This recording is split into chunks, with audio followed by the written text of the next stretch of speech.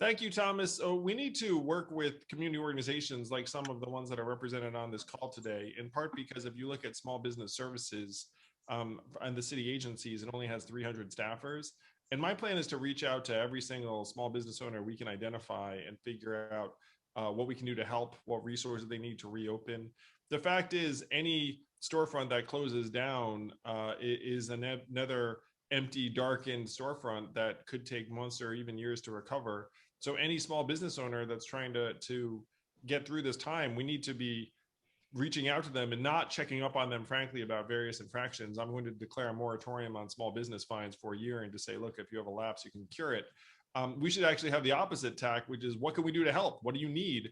And then have millions, even tens or hundreds of millions of dollars in capital to deploy to help ease these reopenings, help manage some of the real estate, some of the, frankly, like the rent that some of these small business owners are trying to get out from under.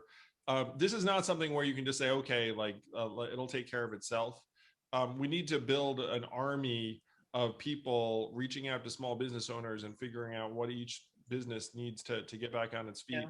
And then put resources to work. And I've run a small business in New York City, so this is very near and dear to me. It's much, much better to help a small business reopen than it is to let a storefront go dark and then wait for another person to come along and commit to a lease. That might be years in the making.